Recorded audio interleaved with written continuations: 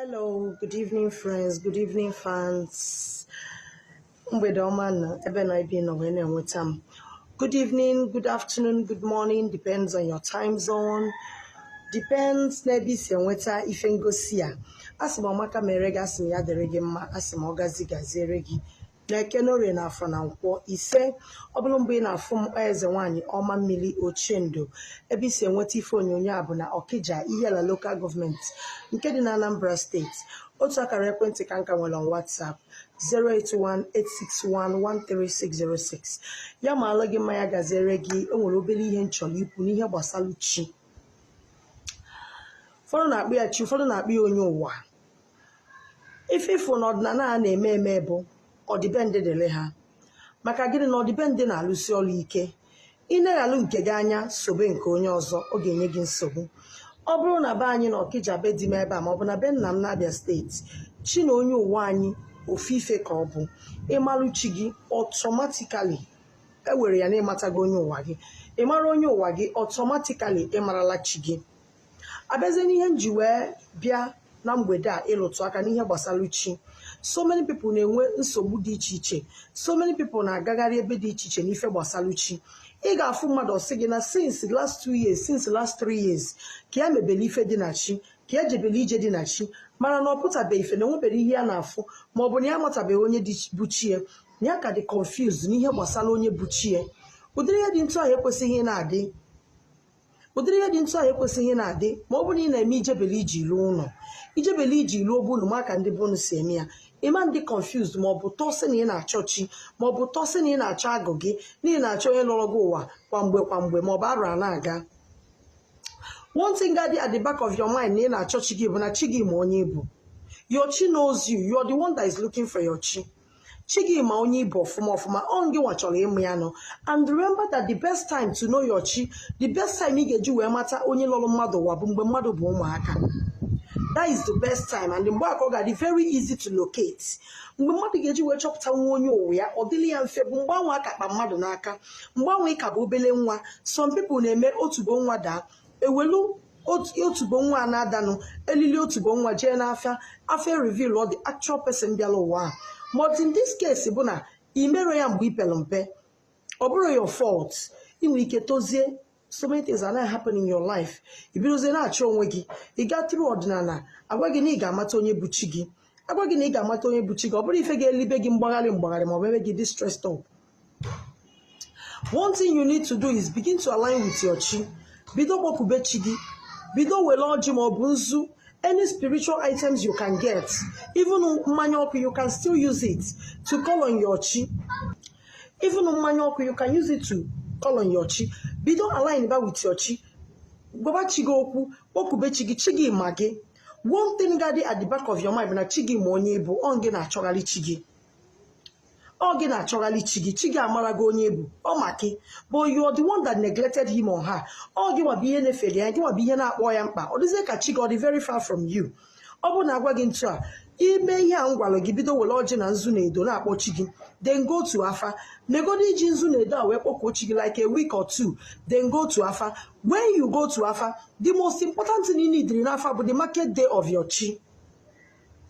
Ka ị ghara ị na-akwụwalizi na-agagharị yetu ihe ị na-eme ife dị na chi, yetu ihe ị na-achọ chi gị, but ị nwetebere ya, ị na-asị na ịdị confused, ịdị frustrated na ife a na-akụzi n'ọdịnala na ịda aghọta na ije ebe a sị gị nkije. The most important thing, know the market of your chi. That market day bụ ya bụ afa universe, bụ ya bụ afa okike nyere chi gị. Ọ bụ na mmadụ mụọ nwa kịta nwa, mbọsị mụrụ nwa bụgodo afọ okike nyere chi gị before nne na nna aba nke ha. Ebe a mụrụ ihe mbụ mgbe orie, afa m si na chi bụ mgbe orie, mbọsị amụrụ m bụ mbọsị orie. Then my parents will now give me another name nke ha chọziri inye m. The most important thing dị n'ebe ị nọ ma ị na-achọ chi bụ gịnị? The market day of your chi. Ọ bụ na ije n'afa jụọ afa ahịa chi gị. Ọ bụ na afịa sị gị na eke, ị bụrụ nwaanyị were mgbe eke ma ọ bụ nwaanyị eke kpọkube chi gị. For so many people, ha mee ife dị ntu a, within 1 month, chi ha ga-abịa in the dream to show you exactly that your chi knows you. Na ngị nwa bụ ife na-achụ ya nọ. Ime ife anụ otu ọnwa ma ọ bụ ọnwa na-abụ, ma even before otu ọnwa, izu ụka abụọ, ị ga-afụ chi gị ga-abịa na nlọ reveal him or herself to you. Iweluzi afịa gọbịa. Mana some people will tell you, I want to know the name. Actually, my chimbuna, obuna fachimu buchioma, let me know it's Chioma. Obuna fachimu bemeka, let me know it's Emeka. You will continue looking for your chi. Iga toni mi fechi, ego ganapo. Iga toni mi fechi, ubosi ana ganarigi. Bidogodo acknowledge with the market day. Chigi magi, you don't need to stress too much in knowing your chi. The only thing your chi need is your alignment. Give me na okuya, give me na nye kwesiri inye ya no. That is what your chi needs. Iya we na choke ichoputa afaya, kima ma afaya obu nnenna, kima ma afaya obu chike. Oge megi, oge bugo oge. Your chi is with you. Your chi already knows you. Oge bugo oge fuge ego. Maka gini ni merozi ya mgbe ipelompe. Maka gịnị imeghozi ya mgbe ahụ ịbụ ụmụazị ọ bụ na mgbe ahụ amụrụ gị ọfụrụ ọ bụ na ọdịna ndị bụ ndị na-eme ọdịnala like all my children now I know they are reincarnated ọ bụ na like mgbe ahụ ipere mpe ka your parents je n'afa ọ ga-adị easily to trace it mata onye ọ bụ mana ịbịa tozie bụrụ an adult ị na-achọchi gị ị ga-afụ na mmụọ dị iche iche ga na-agbabata n'ụgbọ afa gị mmụọ si ikwu nne gị mmụọ si be nna gị ga na-agbabata n'ụgbọ afa gị nke a sị na ọya nwa nke a sị na ọya nwa. At the end of the day, you get confused. At the end of the day, you can't get well back. Although Konifa name market day of your chi, the most important thing. Some people say, Father, Mother, they will just use their own market day. Mbosa hamu hawa, we na pochiha. Mbosa hamu potara haba ha roko no wa. He we na pochiha. Chiha with time. It boy am be serious about it. Name ya name seek with time. Chigi gazagi. With time, Chiga Benalo reveal all the bees.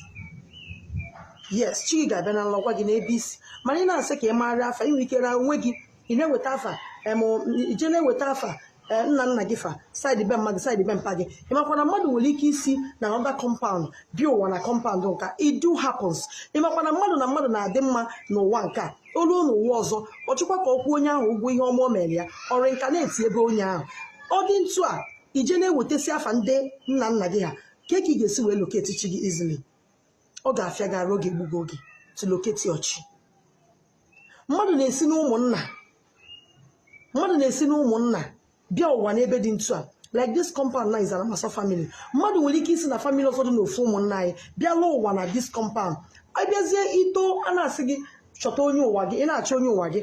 Afọ ị ga na-eweta bụ ndị nọ na this compound. Without knowing know from the neighboring compound ka isi wee bịa ụwa na nke a. If you are unifugo ego, if you are confused, if you are doing conordinary, you will continue spending money on chi. The easiest thing to do, align with your chi. That is the first thing. That is what the word to use. Tell your chi what you want. What you give below, what you give here. With time, chi get revealed. Go to Alpha, find out the market day. Chi go bonya here again.